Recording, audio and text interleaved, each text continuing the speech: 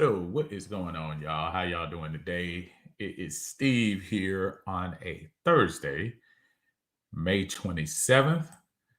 I hope everybody enjoys and has a good Memorial Day. Hold on one second. Let me turn this thing. I know it's going. I know it's going. The volume is always acting funny on here. But anyway, how y'all doing? May 27th here. Uh, just wanted to talk briefly. I know some of y'all, judging by what I've been watching, are just over all the Julio Jones talk and things like that. I'm sure you are. Uh, but I just wanted to break down and talk to you. What's up, brother Greg? How you doing, man? Thanks for joining me on the YouTube. Listen, aside of the obvious that's happening, which is Julio Jones is probably not going to be here in Atlanta. I know a lot of folks in the last few days, and we talked about this on Sunday. If you all catch me on Sunday at 6 p.m. in the Atlanta Bird Gang and Uncle Steve's Lounge on YouTube, the Shannon Sharpe call to Julio Jones. Now, it was interesting to me. A lot of folks thought that call was staged, and maybe Julio trying to I don't know, somehow slyly put his stuff out there and make it public that he was not happy with the Atlanta Falcons. And for a few reasons, I thought that was kind of weird. Say what you want to say about Julio. Dude doesn't put his stuff out there in the atmosphere. I know a lot of people got freaked out a couple of years ago when he erased his Instagram page and did all of that. It's obvious that there may have been some rufflings going on behind the scenes and ruffling of feathers and things of that nature. But for the most part, you can say about Julio that there has really not been a lot of things that he's put out there, whether it be social media, whether it be interview on the street. He just hasn't been that guy. And so when this situation happened with Shannon Sharpe, and I'm going to replay it again. I know it is gone out the news cycle a couple of days ago, but I when I'm hearing these reports now from some of the major media outlets saying that the Falcons are ticked off, which I'm sure they are. Julio's agents are ticked off, which I'm sure they are. Because Shannon Sharpe, who I like, I listen, as a Falcon fan, he's probably not on our top 10 list because he was talking a lot of crap back when he was in Denver and when the team that beat us and he and the Ray Buchanan thing going back and forth. That was all good and funny for what it was. But I don't have a problem with Shannon Sharpe. I can probably listen to Shannon Sharpe a lot more than I can Stephen A. Smith on First Take. Both of them are tolerable, but Shannon, you do get the professional athlete's point of view. So I do understand that both of them have value. Hey, Lisa, how you doing? So when folks were telling me, say, Steve, oh man, they staged that, man. They staged that. Let's go back and look at that video. Now, I probably should have put it on my share screen, but I know I don't have a whole lot of time today, but I just wanted to throw it out there. In the beginning of the segment, talked about Julio in the uniform and all of that stuff. So we get it. He was trying to, talk about how Julio shouldn't be in Dallas and all that. That was the first part of all of that. Then when you get to the middle part, that's when all the good stuff happens. At least it says Shannon's attempted flex likely cost him a lot of credibility. Monica, how you doing? Monica said it wasn't staged at all. And Jonathan said that was totally planned by him and Julio. He gave him an exclusive. Okay, so listen, I'm gonna play along with you, Jonathan, but I'm also gonna steal play out the whole scenario. So it got to the part where he was at the end. Oh, not at the end, near the middle of the segment. And Skip kind of was telling him, nah, he'll come to Dallas. He'll come to Dallas. And Shannon's like, I can call him. And I can see how somebody might think, because all of a sudden Shannon pulls out his phone and his phone is connected on the air and the speaker comes in and all of that. So I can get where people might say, okay, Julio's standing by. But if it was staged, then both Shannon and Julio deserve Oscar awards. One, when he called, if it was staged, phones don't ring 4 times. When he called him and he said, hey, let me turn down the speaker, turn down whatever. And if he knew he was going to call, why would he not be ready? Then as they go into the conversation, you hear the young lady, and forgive me, I don't know what her name is because I don't watch Undisputed like that. But as you listen to them go into it, and you hear her say in the background, because if it was a stage call, she would be in on it. But you hear her in the background say, does he know he's live? Does he realize he's live? I'm paraphrasing. But she was trying to check and see if he was live. That's a lot of acting going on. And then in the kind of flippant ways that he said, oh, I'm out of there, there was something to me that, as quiet as Julio has kept his stuff over the years, and I'm pretty sure the relationship with his agents have probably said, listen, we gonna get this thing done. Falcon said, keep it quiet. We're going to just figure it out. Don't say anything. Don't rock the boat. So when Shannon called, and it's Uncle Shannon, whatever, still in my moniker. I'm just playing. But he called and it seemed so comfortable. And if you listen to Julio, it seemed like it was a disarming conversation. And another thing, Shannon at that time was gonna get a scoop one way or the other, because Julio wasn't talking to anybody. Julio hasn't said a word. Julio hasn't given people quotes. Julio hasn't leaked out anything publicly to say. So Shannon is getting this total exclusive. So if everybody was in on it, and I say everybody, the folks in there, the first thing you want to do as Undisputed is get credit. So Shannon's like, hey, this your Uncle Shannon here on Undisputed, man. You on TV with us. You say that from the jump. But I think Shannon at that point, I think it was an organic moment.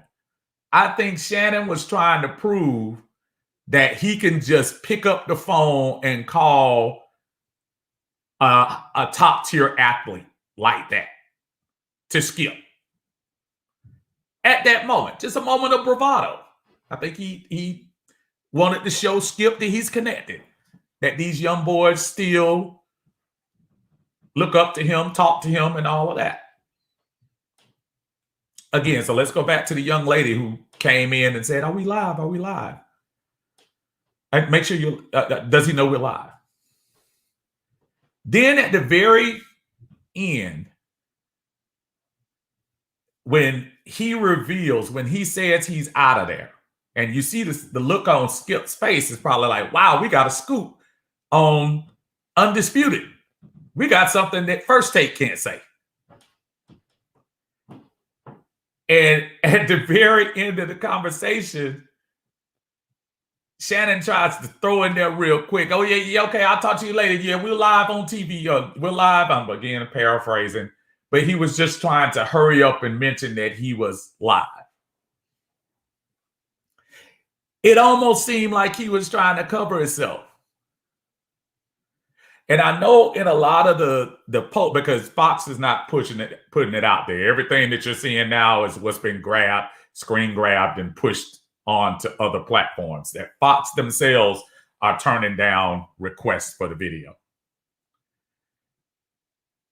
If you look at the whole segment, past when he hung up, Shannon was more impressed that he showed Skip he could get in touch with an athlete more than he broke the news that Julio Jones says, I don't want to be there.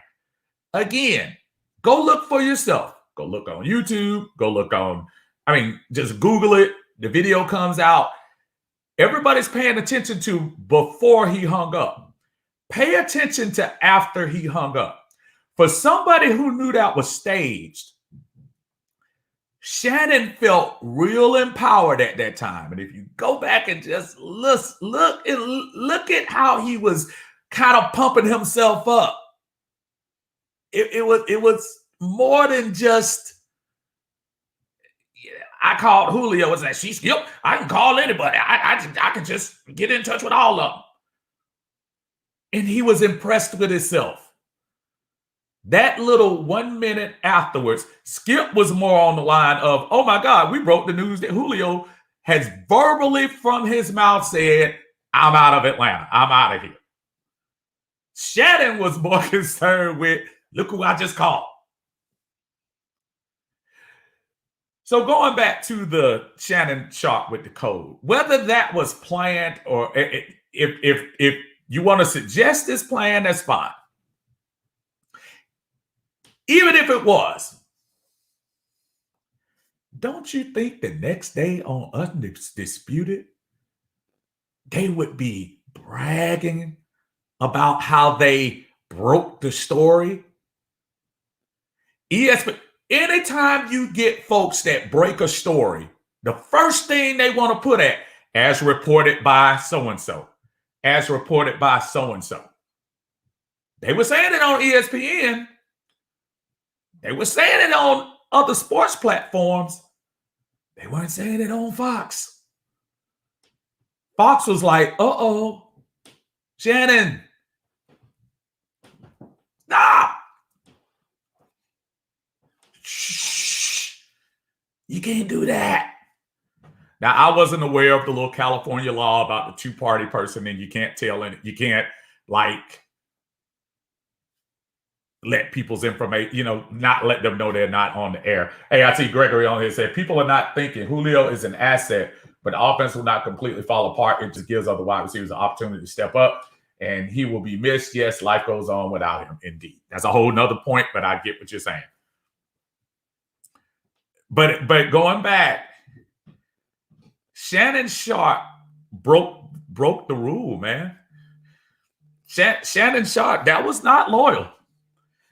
And not only to Julio, and listen, at this point, staged or not, that wasn't good for Julio. That wasn't a good look. Because Julio, who was already coming off injury, has a very heavy loaded contract next couple of years. Nobody wants to hear you gripe. And we talked about this last year. Folks don't want to hear millionaires whine about, I want to go here. I want to leave. I'm not happy. Yes, life is more than money. But in this situation, nobody wants to hear that story. That's why athletes, I understand, when they have legitimate gripes, listen, the crap with just skipping, talking about basketball, the part when Westbrook gets the popcorn on him and Trae Young gets spit at and all that crap. I'm gonna tell you something, that's a whole nother story, and we're gonna talk about that. But at the same time, that kind of stuff, athletes have a right. Social justice issues, absolutely. Knock yourself out. But folks don't want to hear about your money problems. When you signed the contract, you were the highest paid wide receiver in the NFL. The average person doesn't want to hear you gripe about I'm still not happy. Now, obviously, there must have been some other things behind the scenes that you and I, the average person, may not know.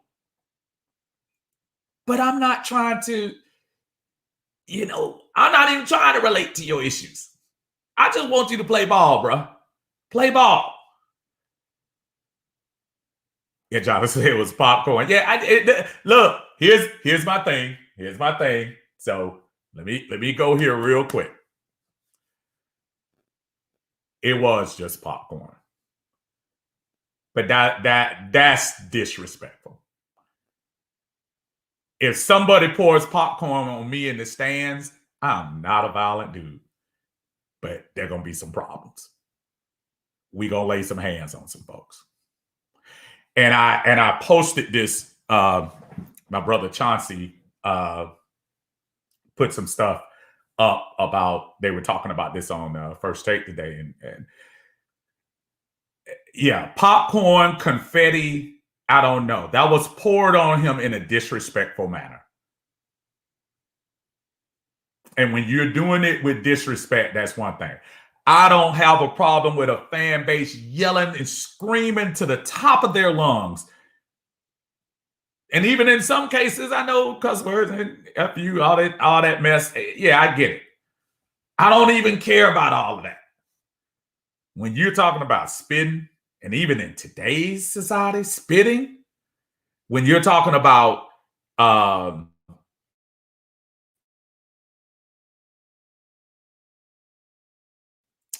obvious he poured it. So yeah, whatever.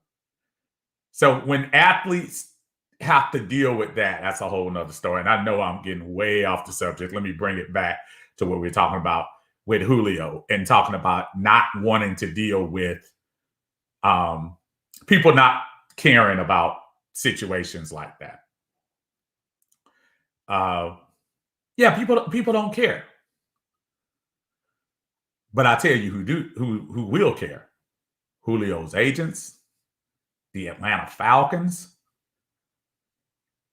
You put their business out there in the atmosphere. As much as we all want to talk about Julio and say, maybe I don't know. I don't even care whose side you on.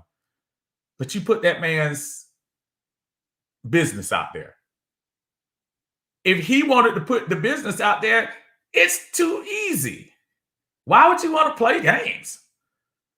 Be like Aaron Rodgers. Aaron Rodgers has come straight out and say, hey, I'm not sure. I don't know what's going on. But at least be, straight up and put it out there. I think if Julio really wanted it in the atmosphere, he could have got it out there, but he didn't. So let's not. I think that's that's not good. Lisa says, right, regardless of what Julio said about the Falcons, he had his right to his privacy with Shannon. Popcorn and spit are both problems. What happened to Trey was utterly disgusting and disrespectful. And you're gonna hear something about it, I'm sure. They'll deal with that issue. Yeah, they don't want that floating around there. Jonathan says the Falcons have handled this horrifically. I mean, for it to get this far, you do have to point a finger at the Atlanta Falcons. If any of the reports, which I do believe are true, that this has been going on since post 2020, the season, and you didn't take care of this early on, and you guys didn't address this early on, then shame on you.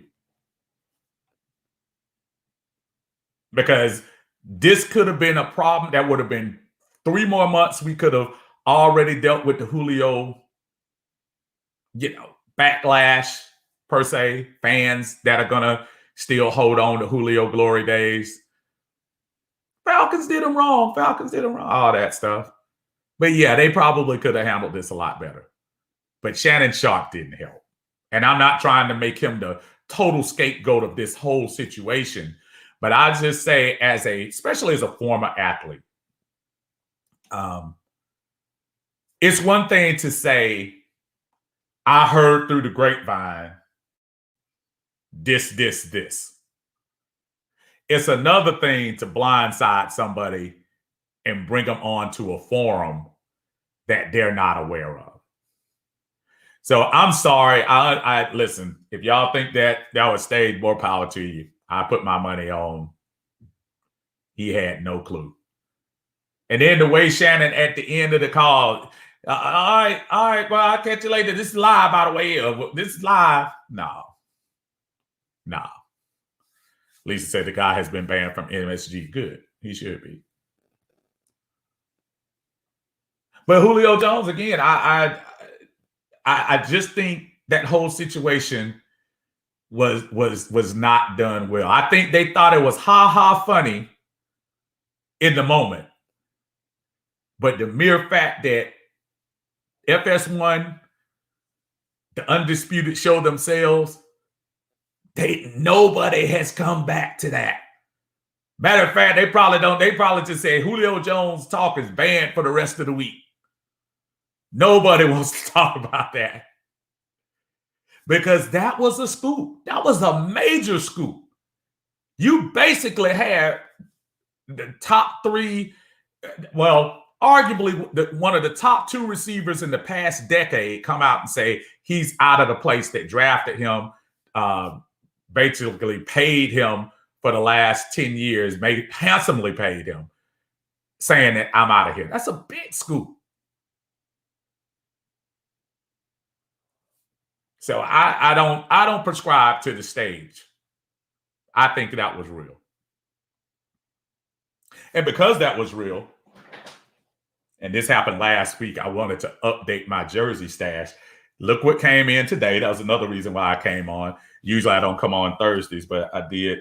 I am proud to say I am moving on. This came this afternoon. Just came in right before I went on air. So I will gladly put this on my display. And also to show you, I moved on. This came along with it. Number, I have to get it up there. Number, it show you how I can't even put the thing right. Brother Pitts, welcome to Atlanta. You got my money.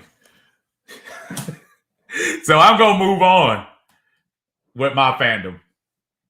I'm moving on. I don't have the Julio saga. I'm gonna let that play out, and let him go on about his business. Thankful for the years he's given us. Good, cool while he was in it. But I'm not gonna sit here and long for him. Julio. That's why the talk about Matt Ryan is not personal. Julio Jones is not personal. But I think when we hit that crossroads this year, 7-9, 4-12, when you hit that point where you're just saying, folks, we can't go backwards. Let's go forward. It's just, that's it. Lisa says, exactly what is Julio mad about? He asked for an extension in 2019 and got it. Just a year and a half later, he is disgruntled because he wants to leave. There is a huge disconnect here. And not only adding to that, Lisa, remember the year before that, in 2018, was the big deal about squeezing $2 to $3 million more. Remember, we had to shave some money off of somebody. It might have been Matt Ryan again, to give Julio $2 or $3 million to pacify him to 2019. Remember that? So we had 2018 when he was like, please give me $2 million or $3 million, or I'm not showing up for camp, allegedly. Then you got 2019. I want to be paid the highest paid receiver in the NFL, which I didn't have a super argument at that time. But he didn't personally, but his folks were probably like, yeah, he deserves that. So you made a little bit of ruffling of feathers there. And now, after getting all those things, now you want to leave. Like your thought was the more money you get, the better the team was going to get. 2018, ask for money, losing season. 2019, highest paid player, losing season. Now you want to jump out when the ship is sinking. That's why I hope we turn this thing around. I hope, like, y'all have no idea how much I hope we turn this thing around and go 12-5, 11-6, whatever it is, and just show folks that we can do this thing without him. Not as spite to Julio, but just to let them know life goes on. I remind people again, Roddy White left. Everybody was like, no, Roddy, no. We can't win without Roddy. And we went to higher heights. I think this is good. And for those who didn't understand why I wanted even another quarterback in the mix, it's just to say, yeah, we reached a point where we're saying maybe this is a good chance to turn the whole page. I get why Matt Ryan is here. I'm not naive and I'm not dumb. But I'm also saying one of the reasons I was saying it's okay to move forward is just to say, listen, when you hit 7-9, 7-9, 4-12, that sounds like the bottom of the barrel. You don't want to be an embarrassment in the NFL. So bringing new people in, that kind of helps things out. Lisa says, "Go see Red." Yeah, that Ridley jersey. I have my sports room. I'm trying to wait for a big debut. We've had some technical difficulties, but I'm going to be in a different room here, hopefully in the next few weeks, and we'll be able to see my little jersey display.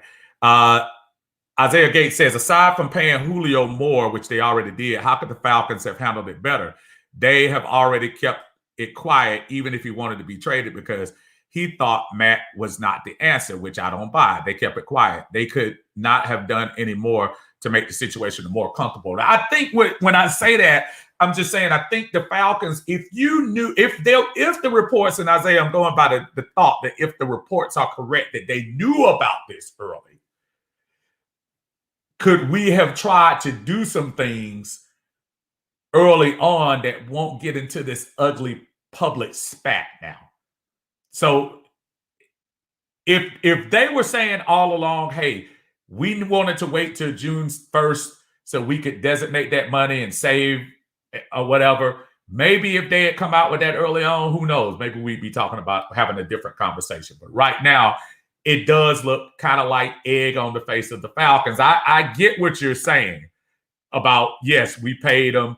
We did. I don't know. But the one thing that we don't know, I don't know, you don't know, and probably a lot of people who call themselves insiders don't know, is what was going on internally. Maybe there were things that Julio said. Maybe he said, we need to get another quarterback. And the Falcons said, nah, we'll handle this. I will handle it. I don't know.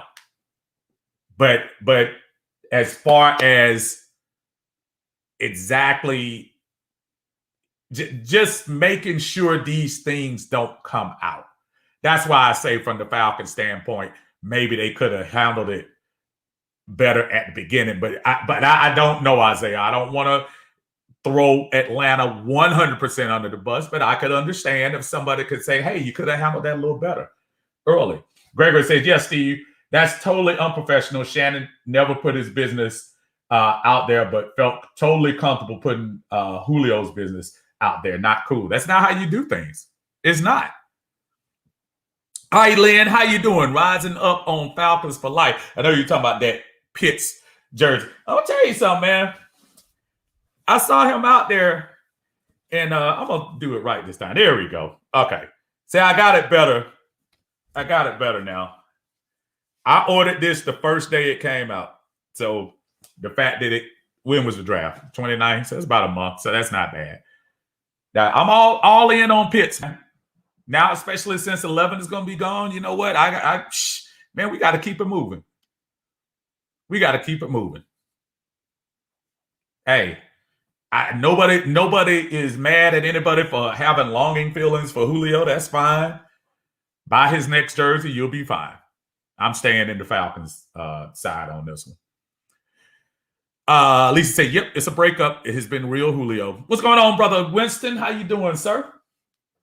Isaiah said, at some point it just becomes man-to-man between Blank and Julio, and Blank took care of Julio. But you're right, we don't know. But at what point do Julio just honor his contract? And that's the question from 2018 on. Because even in 2018, natural things happen. When Julio signed his contract the first time, he was the highest paid wide receiver. And then as years went on, other receivers who were just next in line just overcame and overcame. So when people were saying Julio's the 11th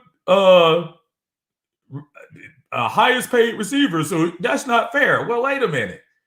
When he signed the contract, he was the highest. So what do? Adjust every year?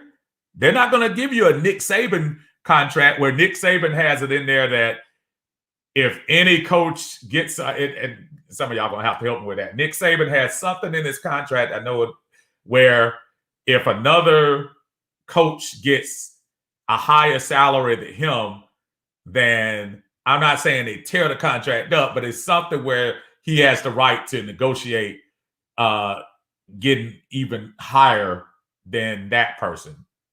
Something in that realm. Somebody help me out. But I know he did that a few years ago. And I think that was in response to, I think, the last Dabo Sweeney extension that they did. That Dabo at that time, I think, jumped him per year. And he had it in his contract. So, hey, I want all the coaches to eat, because if they eat, that means I eat more. But in the professionals in the NFL, you're not going to get that. Tom Brady not even going to get that. As much as I respect Julio for wanting to be paid his worth, when you signed that contract 2 years ago, and the Falcons were telling you, listen, even at that time he signed the contract, what was he, 30? When you sign a contract at 30 that says you are the highest paid wide receiver in the game, to Isaiah's point, that's respect. Arthur Blank, to me, if Arthur Blank couldn't stand the ground that Julio walked on, but gave him that contract, to me, that's respect. If I don't like you as a person, but I realize talent-wise, you deserve to be paid the highest, I'm trying to figure out where it shows that that's disrespectful. I don't get that. Winston says Nick Saban can go back to the negotiations table if another coach gets more than him. It could be adjusted by salary or escalators, and his staff gets raised. So very good. Yeah. And I knew I heard that. Thank you, Winston. I appreciate that. I knew I heard that information that he could demand that. But it doesn't work like that in the NFL. And to be quite frank, Dimitroff, it's two people that Dimitroff that define his era: Matt Ryan and Julio Jones. And though he couldn't foresee his departure last year, he wanted to personally, yes, listen, Arthur Blank has to sign the check, don't get me wrong. But Thomas wanted to get that done, to say, you know what? Y'all held me up. And contrary to belief, I know a lot of people want to be personal about things. It's not. Matt Ryan and Julio did hold this franchise up, especially Matt. Matt had a couple of years before Julio got here that he held this thing up. So if that was his parting gift to Matt and Julio, we're paying for it now. And when I say paying for it, I'm not saying that Matt Ryan didn't deserve the last contract he had. Folks got to remember, he signed that contract coming off an MVP season and coming off of, he signed it right after he made the playoffs the second year. But he had an MVP season before that, and he took his team to the playoffs, another step from the NFC Championship game. He had all the leverage.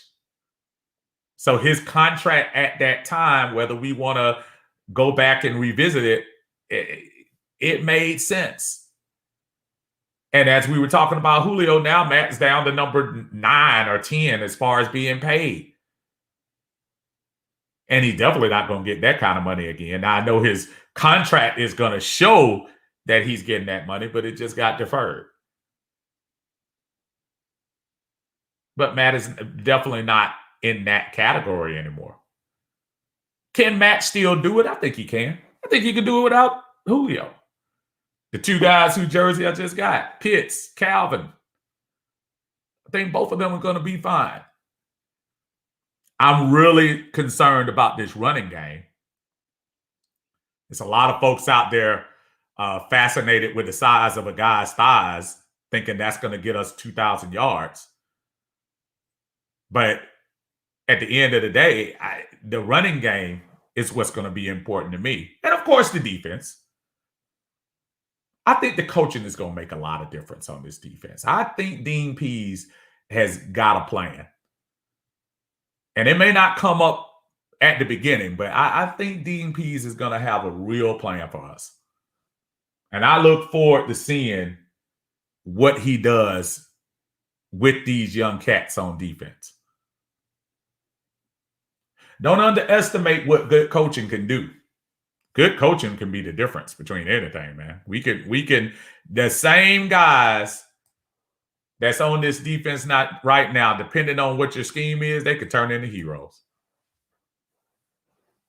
Absolutely. I'm trying to see. Dimitrov had to go pay them too. They ushered in the golden age for us, and both, despite what people say, will be in the Hall of Fame. I know Julio will be a first ballot Hall of Famer. It depends on how you feel about, so much is made of accomplishments. I think the MVP helps Matt. The numbers absolutely help Matt. But I think there are some, and there are some who are going to just look at that last 10 minutes of 2017 in February and say, if he closes the deal, automatic first ballot. And there are some that says you can't get it done. In the Hall of Fame, I mean, that's high. They don't just let folks in the Hall of Fame. I was looking at the Basketball Hall of Fame the other day, and I saw Chris Bosh, loyalty because of Georgia Tech. I'm trying to keep it real. Is Chris Bosh a Hall of Fame basketball player? Notice I'm not saying yes or no, but I'm just asking. Is Chris Webber a Hall of Fame basketball player? Now, this is NBA now. Hall of Fame. So football is a little different because you're talking about 22 people playing at one time as opposed to 10 on basketball. So obviously it should be elite. Look on here. Say Julio had to go eventually anyways because Dimitrov painted the Falcons into a corner by giving contracts to certain players that he should have let walk.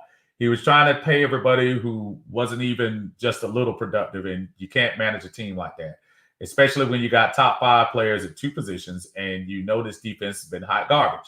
I'm not mad at Julio for wanting to leave, though. He's older and often injured. I've been saying he was going to leave since last year, and honestly, I cannot see what else you got over here. But long story short, I get your point. Lisa said, did you hear Dean Pease? Yes, I did hear Dean Pease. I'm sorry. Yeah, listen, I have every faith that he's going to be able to teach these young guys. I would be more concerned if he came here with a deep veteran-laden team, but he's coming in here with young draft picks and, quite honestly, free agent cast-off. Not free agent once. These were not first-day free agent folks that we're talking about. So you're pretty much talking about Grady. And a lot of people a lot of folks don't put Deion Jones in a very good category, depending on who you talk to in the NFL. But pretty much this defense is Grady and everybody else. So from Dean P's standpoint, it shouldn't be difficult to get motivation from guys, because all these one-year contract guys, they're coming here to prove something. They're not coming here because they were eager to get to the Atlanta Falcons organization. Like the day they got cut, first day, and they said, what team I want to go to? Oh, the Falcons. No. They came here because this was their last shot, and they knew they'd probably have an opportunity to start. That's what I see. Isaiah say, you're so right. Coaching is everything. DQ lost us at least 2 or 3 games by himself last year. Winston all says, I'm not a Ryanite by far, but that man has too many records not to get in. Maybe not a first ballot, but eventually.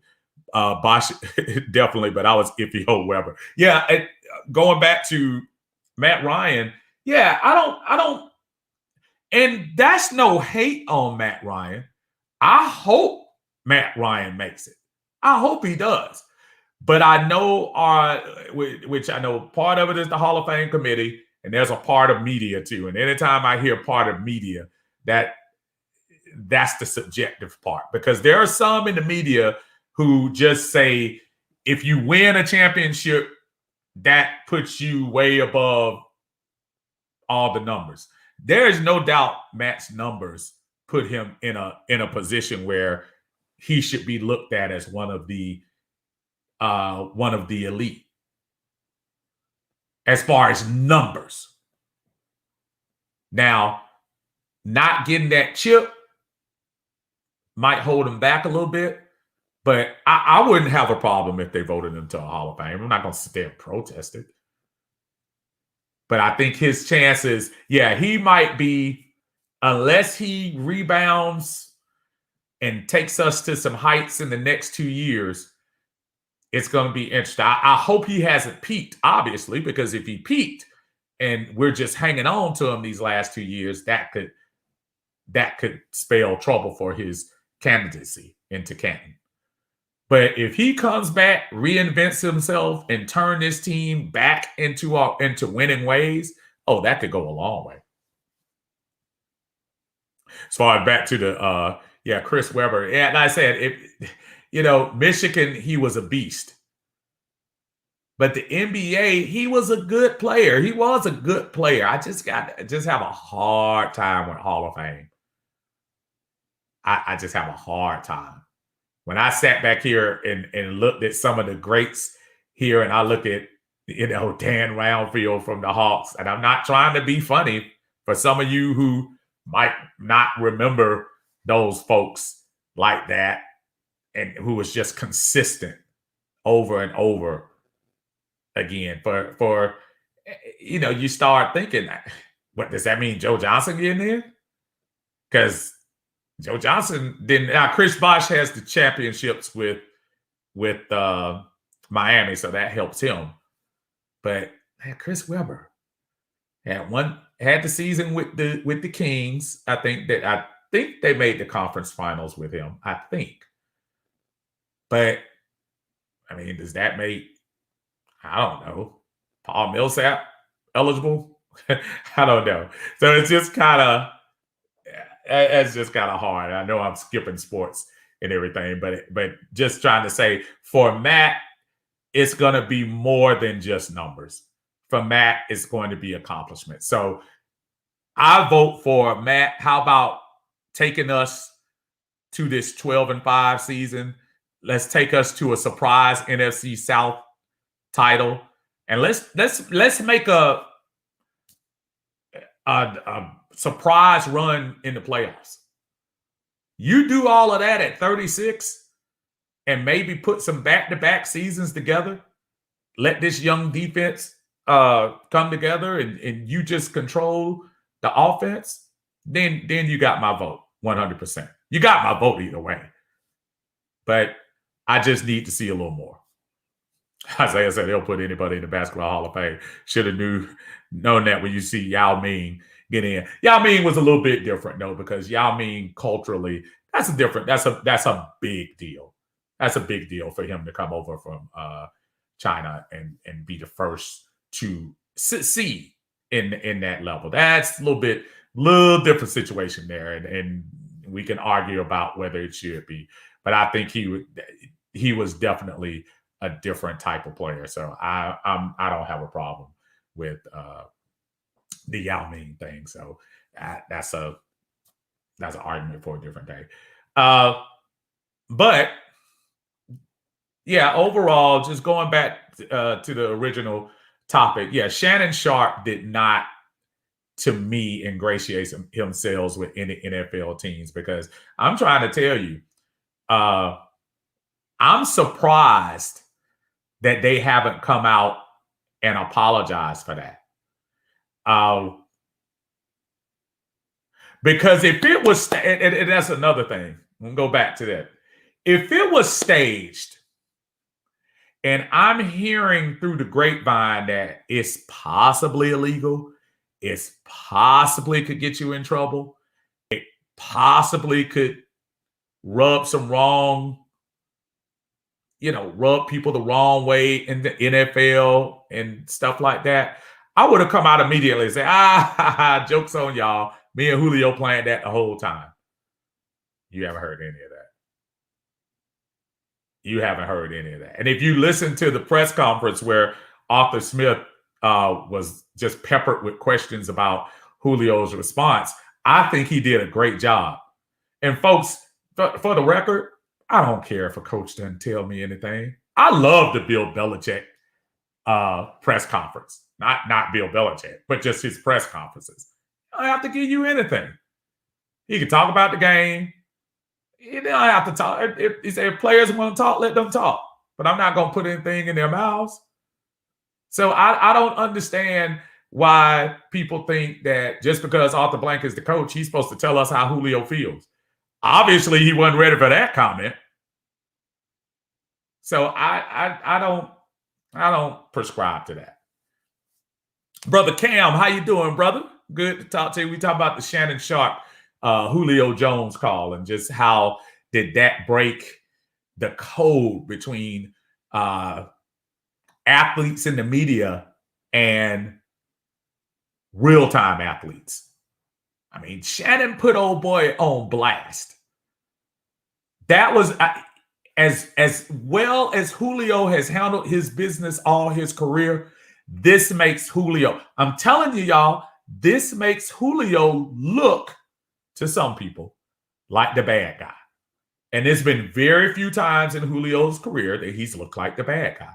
And I'm sure his agent has got to be over the moon about it. Because his agent going to call Julio and say, Julio, whoa, dude, I'm trying to get your next contract. I'm trying to manage your next thing. Dude, did you do that on purpose? And Julio probably like, dude, I didn't know. So you have to keep those things into consideration. I don't think Julio, I think Julio was none the wiser about that whole thing. Isaiah says, in my opinion, it makes Skip look bad too, because the show ain't nothing but a Dallas Cowboy meat sucking anyway. And they blindside a guy to get a scoop. That's trash. Your points are very accurate.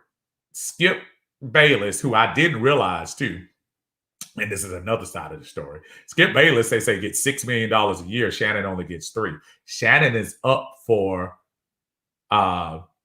his contract's coming to the end in July. Wow, this is bad timing for Shannon, because you just put athletes, well, not even athletes, agents for these athletes are not going to run to Shannon, whether you stay on Undisputed, whether you skip to ESPN, or whether you get on your own platform. Agents are going to be like, yeah, I'll take that Stephen A interview. I'll take that Mike Greenberg interview. I'll even go as far as take a Marcellus Wiley interview. But stay away from Shannon Sharpe, because Shannon Sharpe puts your business out there. And don't think other athletes aren't paying attention to that. I haven't seen one live athlete come out and say, no problem with that. Shannon was just doing his job. That was just his boy. No, no, that was not good. Not at all. You don't put that man's business out there. You don't blindside him like that. That's ridiculous. Winston says Julio had to know because if you remember when Shannon called, it was automatically on speaker and mic'd up. No, they can do that in the studio where they have the phones. They can have a phone where Julio is. They can have a phone where and be able to, I want to say Bluetooth it, but they can Bluetooth into your phone. Just like if I'm right here and I had my phone and my phone was up right now, and I had like a Bluetooth, the Bluetooth hooked up to my speaker, all I have to do is just find it. If this was a cell phone, I could hook it up to my cell phone and put it on speaker. And then when you think about that, Winston, how dumb would that be? For if they had that staged, yeah, when he first called, when they first did it, he would have been right. I just think the circumstance say he would have been immediately ready for the phone call, wouldn't have had to turn down his speaker, wouldn't have been telling business about his brother. Like I said, that didn't even make any sense. I don't see Julio as Denzel Washington and being a great actor. And I sure don't see Shannon Sharpe as the next Michael B. Jordan. I think Shannon Sharpe, at the end of the day, was trying to show Skip Bayless, see, I could call anybody I want to. And I'm trying to do an imitation. That's not good. But he was trying to show Skip Bayless that he's so in with these guys who are playing now. All he got to do is pick up the phone. And if you don't believe that, take a listen to after he hung up the phone with Julio.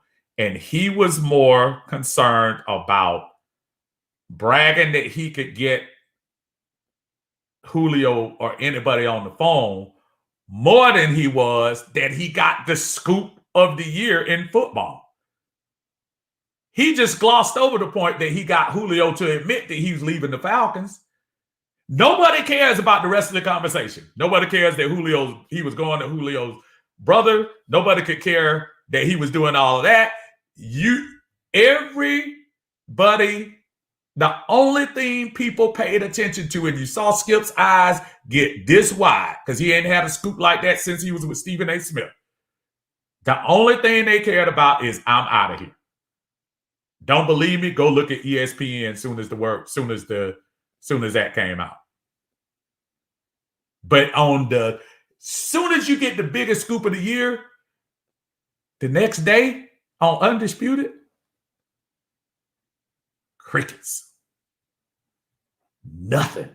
Like it never happened. The next day, that was the big news in the NFL the next day. And on one of the top sports morning shows, Undisputed wasn't talking about it. Tried to fake talk about NBA playoffs. Nobody cared. Nobody. So that was just weird. Winston said, that's what I'm saying. He had to have had it hooked up to the Bluetooth. But Winston, I respect the conspiracy theory.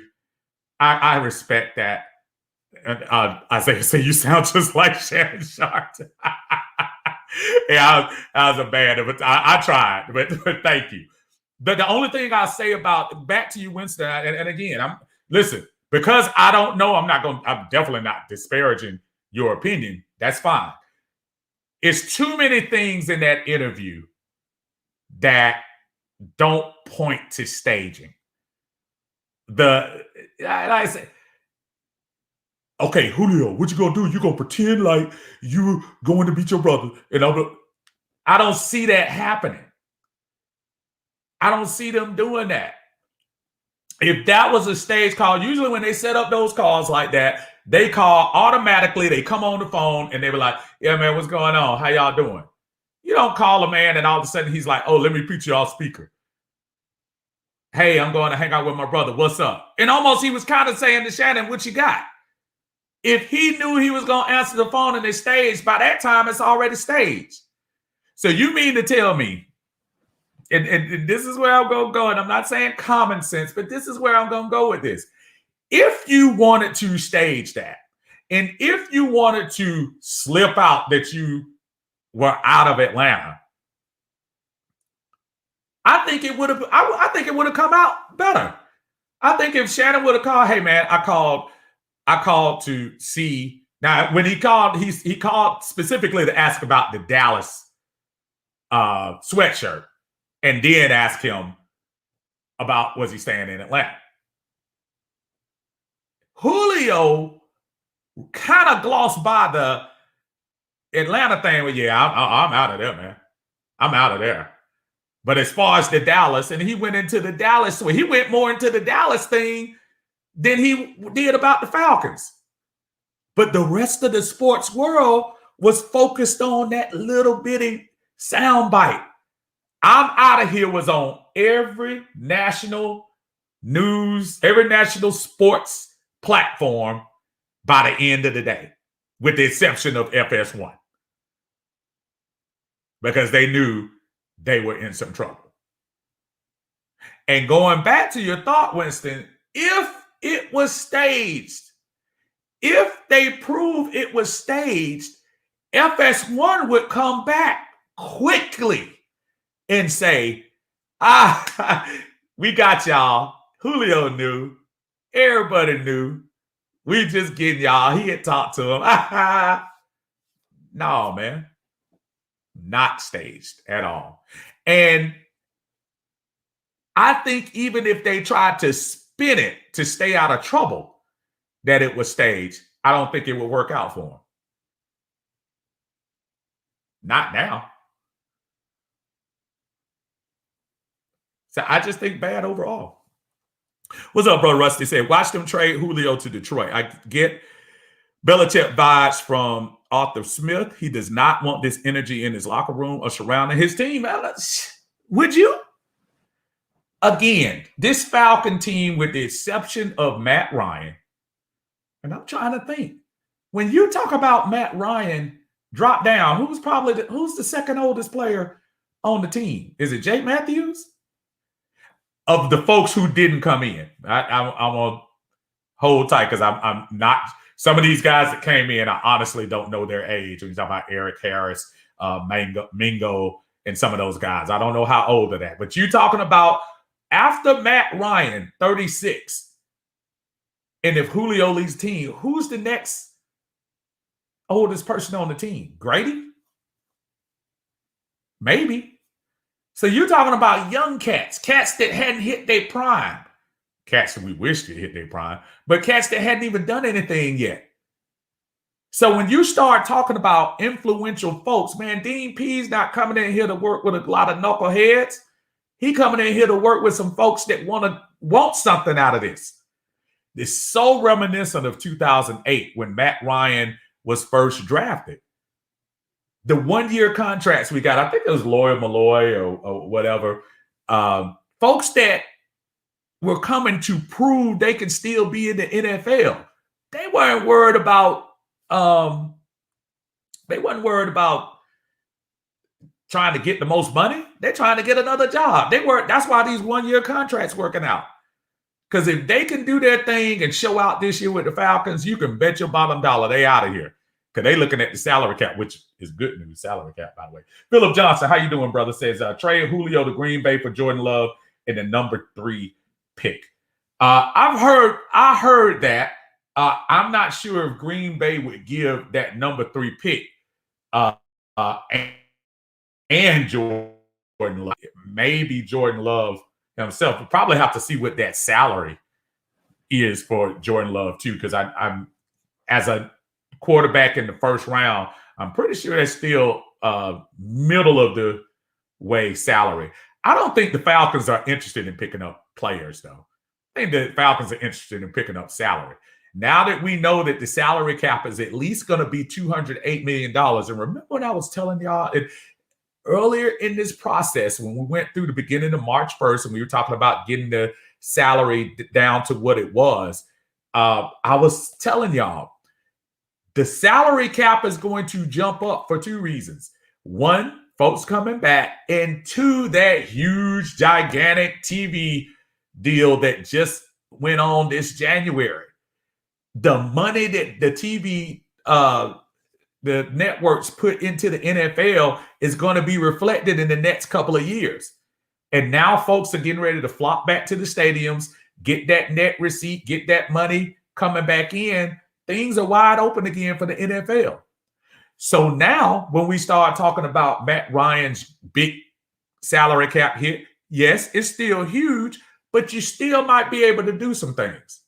Calvin Ridley next year, when he gets signed, when they re-sign him to his contract, you're not going to feel it the first year or two because it's going to be probably signing bonus up front, deferred money down the line, like everybody does. I would hold off on doing anything with Grady. For what? Grady's going to be 30 years old in a couple of years. And I see you down there, Wednesday. It's Jake and then Grady. Right. As far as age is concerned, listen, I love Grady too. Let's make sure Grady is going to be good for the next few years. Let's make sure. I think he is, but is Grady going to be $15 million worth? Let's make sure. Before you invest more money. The one thing you've learned about this whole situation is let's not throw all our money into one player or two players and have to pay for it down the line, like the Falcons are doing. Well, we can barely, we cannot pay our draft players, our draft picks right now. When you're at a point in your salary cap where you can't pay your draft picks, that's deep. And it's not anything Terry Fontenot did for everybody that wants to blame. They blaming Terry Fontenot and Arthur Smith, and these cats inherited this. Matter of fact, they took a job that they knew they didn't have a lot to spend. It's going to take a second to get the money part back. So that's why the draft was important. I like a lot of the picks they made. But guess what, y'all? 60% of them cats, they either need to be starting or very much in the rotation. Because we don't have anybody else. Got a lot of undrafted free agents, but all them cats obviously not going to make the team. It's going to be probably 3 or 4 undrafted free agents on this team. And you know this. So anyway, again, just recapping, Shannon Sharpe, just not good. Not good look altogether. I hope they come out later on. I hope Shannon Sharpe, somebody comes out and they do this publicly and just admit, say, look, we set up Julio. That was not a good deal. You guys need to go back to the table and just make sure everybody realizes that we didn't mean to throw Julio under the bus and basically kind of screwed up his PR. I'm sure they said so. The mere fact that it's radio silent at FS1 about this whole thing, yeah, stage things don't get played. This ain't wrestling where you know it's fake, but it's fake. You know what I mean? where they let you in, they throw the curtain open and see, yeah, I see the moves, but nobody cares. That's not what this is. Anyway, folks, work is to be done. Thank y'all for joining me on a impromptu Thursday viewing, and we'll holler at y'all definitely on Sunday as we always do, hopefully around 6 o'clock, depending on what that basketball schedule. Got to see what the basketball schedule is, but it'll be sometime Sunday in the afternoon that we'll touch bases with y'all again. Until then, we'll take calls on Sunday. I know I have the number up there, but place it under there. And then don't also forget, I'm on Uncle Steve's Lounge on YouTube. My main base is Atlanta Bird Game, obviously, but subscribe to the Uncle Steve's Lounge.